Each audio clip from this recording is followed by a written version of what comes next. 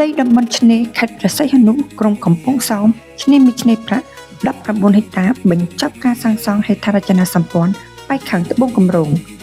ខាងកើតទល់មុខអេកូទេសចរណ៍ព្រៃកោងកាងនិងស្ពានឈើត្រូពិកស័ក្តិសមធ្វើផ្ទះលំហែខាងលិចអនាគតវិថីបណ្ដោយឆ្នេរក្រុងកំពង់សោមស័ក្តិសមប្រកបរបរអាជីវកម្មគ្រប់ប្រភេទខាងជើងជាប់សួនកសិដ្ឋានធម្មជាតិសុខភាពនិងស្នាមញញឹម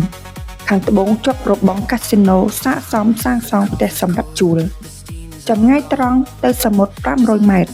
និង1គីឡូម៉ែត្រពីកោះសំពោចរមណីយដ្ឋានដ៏មានប្រជាប្រិយភាពផ្លូវបេតុងខ្វាត់ខ្វែងប្រព័ន្ធភ្លើងក្រោមដីនិងការបែងចែកប្រព័ន្ធរំដោះទឹកភ្លៀងនិងលូបង្ហូរទឹកបង្កើនស្តង់ដារសម្រាប់ការរស់នៅប្រកបដោយគុណភាពបរិយាកាស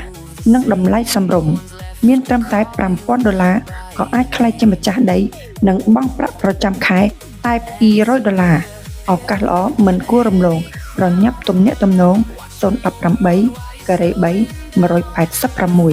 018 ការ៉េ3 186សូមអរគុណ